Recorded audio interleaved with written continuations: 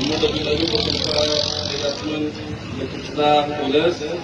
ستاسو د ټولو په اجازه عزیزانو د ټولو څخه اول و تاسو ته یوه مبارکي درکوم چې برای ماښام د یوه سلیکټره څخه خدای خلاص کړلو. دا مبارکي په دې معنا نه درکوم چې نوګر څخه دې خلاص بلکې د هغه قوتو چې دوی خدای د خپلو ملګرو د لاسه چې هغه دوی یې تنظیم په نیمه شپه ورجوړ کړی و، په نیمه شپو کې ورجوړ کړی و. د الکشن سیاسي 3 میاشتې مخکې ورجوړ کړي، دوی چې ورجوړ کړي خو دوی یې بېرته سره وکاږي، بېرته خپله د مفاداتو د غلاو په دغه بنیاد باندې دوی بېرته سره ولاړ شي، دوی یې سره راټول کړي، سره جمع یې کړي د جمهوریت د کمزورتیا دپاره، د جمهوري تنظیمونو د کمزورتیا دپاره. دوی داسې هر وخت یاره خو جمهوري حکومت یې لکه یې نه، یعنې یو جمهوري وخت هم حکومت هم پر وخت نه دی پوره کړی، ولې دوی په مالیه کې په یوه نامه په بل نامه پروپیګنډې کوي او بدنامه کوي. عزیزانو تاسو به د نواز شریف په ډول حکومت کې ستاسو یاد وي چې یو پروپیګنډه شروع شوله د پارلمان لیکس په معنا باندې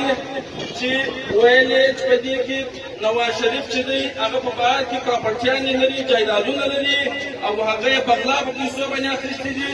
نو دغه یو بهانه یې ورته جوړه کړله، هغه که سپریم کورټ کې کیس پرې وکړي، عمران یې ورته راپورته کړي. نو بیا د سپریم کورټ هغه ججان چې هغه د دوی خلک بولو هغو دا کیسې ته ډېر کش ورکوي، په دې کې میډیا هم ورسره شامله وه. نو نتیجه پر دغه بنیاد باندې نواز شریف ناقیده کوي چې ده د زوی یې سره تنخوا نه واخیستې. نو خدای کول اوس یو څو عمر مخکې داسې یو میاشت به کېږي چې په پنډورا لیکس راغی، په پنډورا لیکس کې د زورورو نومونه وکتل، خدای شرمول د زورورو نومونه وکتل، پر هغه باندې اوبه واچولې، هغه یې بلکل د میډیا څخه بلیک اوټ کړله چې ولې په هغه کې د دوی نومونه راغلو چې د دوی په بار کې پراپرټیانې دي. عزیزانو یو سلیکټډ عمران خان په یو غیر مستقیمه ډول یې پر موږ باندې مسلطه کړی دی چې وعدې به یې کولې چې یو کروڑ نوکریانې به افغانانو ته ورکوم او پټرول به 15 پورې رارسوم، وډه به ارزانه کوم، دغه طرح هغه د زمیندارانو ته به کار موقوف کوم او دا طرح نورې بې شماره وعدې چې هغه ټولې درواغ شولې، هغه ټولې دوکه وله په غیر مستقیم ډول یې ماضي اقتدار ته ځان رسوئ. پاکستان یو زرعي ملک دی، تاسو وګورئ د بدبختانه نن موږ پوره د 1200 په 115 روپۍ کیلو ودته تمامیږي، بیا یې پاکستان له راغواړي. بره ولاړه 110 روپۍ ته ورسېدله، د هغه طرح د 600 چې دا د 20 کیلو وړه ولو هغه ولاړو 1400 روپۍ ته ورسېدل. یعنې یو مزدورکاره سړي د 2 وخته د ډوډۍ څخه محرومه دی نن. والله په ډېرو کورو کې پاکي دي، بچیان یې ژاړي. دا سړی به د یو مزدورکاره سړی به خپل بچه د شیدې له کومې خوا راوړي؟ د به تعلیق ممکن رنګارنګ وعدې وې. دا صرف اقتدار ته په یو غیر مستقیم طریقه باندې ځان رسول و. او بل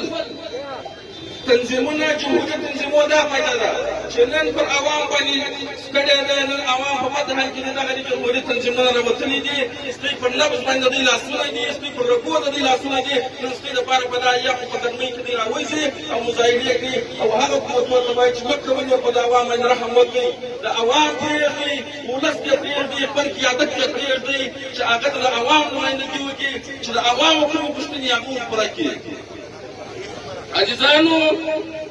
عمران خان د عوامو د احساساتو د جذباتو سره دا د کومو خلکو چې دی راوستلی دی، هغو ورته وویل چې ورځئ مړې په طرف دا اسلامي ملک دی، دا پښتانه دي، دا ګوره دا د ستا رنګه خلک نه مني. نو بیا یې دغه اسلامي شعار په مخه ورکوو، زه به ریاست د مدینه جوړوم. اوس دی خان آباد وي چې ماخستن پرې ولي په کمره کې سړی ورسره یي، د ورځې چې ډوډۍ خوري هغه هم ورسره لګیا یي، دغه دی دی اوس ریاست مدینه جوړوي، د خدای ویلې بس د اسلامي شعار په مخ په خوله کې ورکړي، مسؤلینو کې ورکړي، خلک به غولوي، خلک به خطابان شي. او بله خبره عزیزانو قومي وطن پارټي په ملک کې د آئین بالادستي د جمهوریت مضبوطي په جنوبي پښتونخوا کې به انشاءالله موږ د پی ډي ایم سره که څه هم په تعداد کې کم یو خو د هغه طبقې کتاب ادا کوو کوم چې د ابراهیم علیه السلام په اور کې سوځل کېدی نو دې په ټول کې بېشکه هغه یو څاڅکی په بطوي انشاءالله هغه کتاب به سره ادا کوو ډېره مننه کور مدان